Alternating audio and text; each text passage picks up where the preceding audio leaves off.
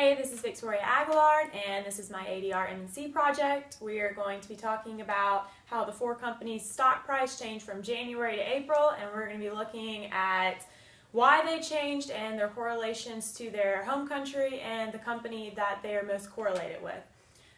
So for my ADRs, I have BlackBerry and Nintendo, and their BlackBerry is based in Canada.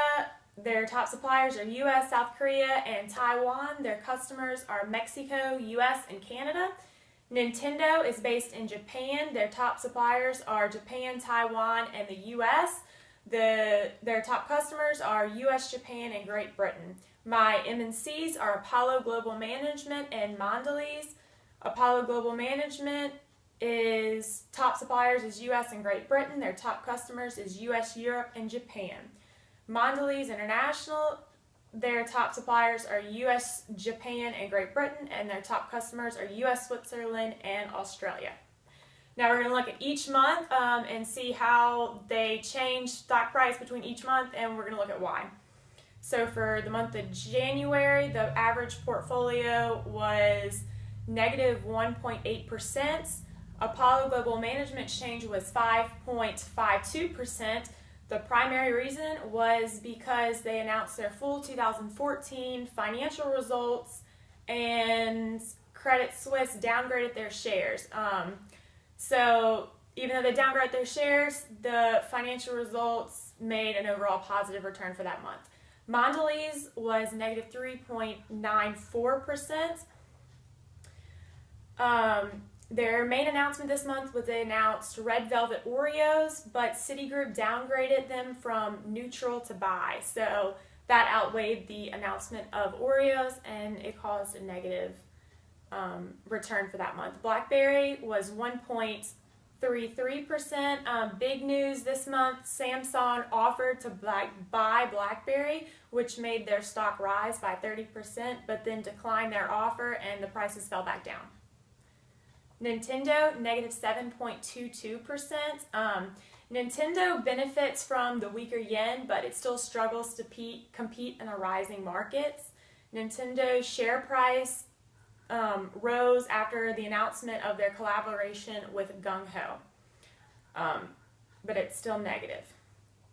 For the month of February, the average portfolio return was 3.75%. Apollo Global Management was negative 6.23%. Their primary reason was because they announced a lower than expected earnings per share, and the CEO sells a good chunk of their stock. So those are both bad things. Mondelez, 4.53%. Credit Suisse picked Mondelez as one of their top picks for major growing stocks in the customer sector. They declared a regular 15-cent dividend for Class A stocks, and they reported their full 2014 financial results, which included a strong earnings per share and a positive outlook for 2015. So all of these are great things for Mondelez, and it caused their stock price to increase for February. BlackBerry, 4.88%.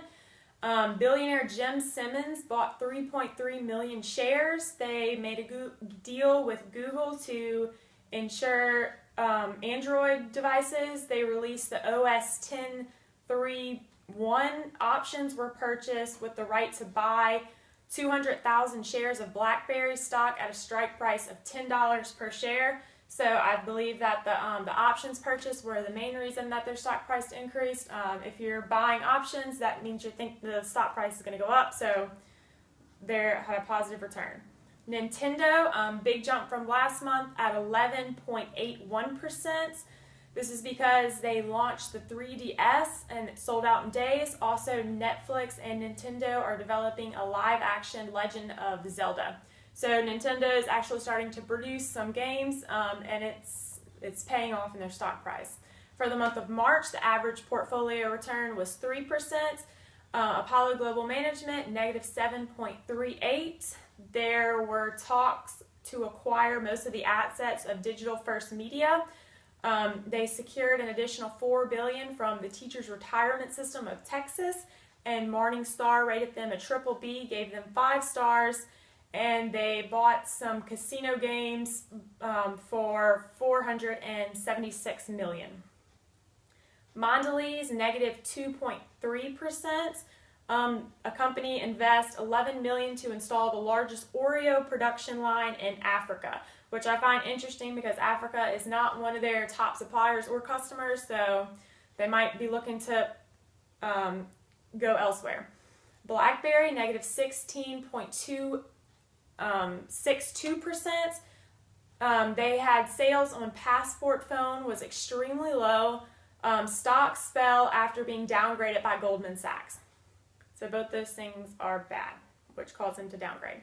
Nintendo, real high at 38.3%. Nintendo announced it will be developing games for smartphones based on their original characters, and Goldman Sachs expected their ROE to rise. Very good for Nintendo. For the month of April, the average portfolio return is 7.13%. Apollo Global Management, 0.69%.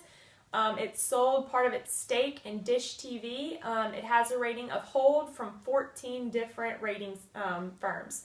So kind of average right there. Mondelez, 2.05%. They're actually being sued by CFTC for manipulating wheat prices.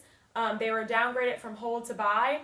So even though they're being sued, their stock price stays up. So they must be doing something else good that didn't show up on the articles that I read.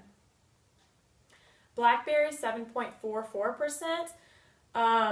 They're now offering Leap, which is now available for sale in the US, France, and Germany. Investors acquired 24,357 put options. So again, if you're buying put options, you're thinking the stock price is going to increase, and that's the main reason why BlackBerry has a positive return for this month.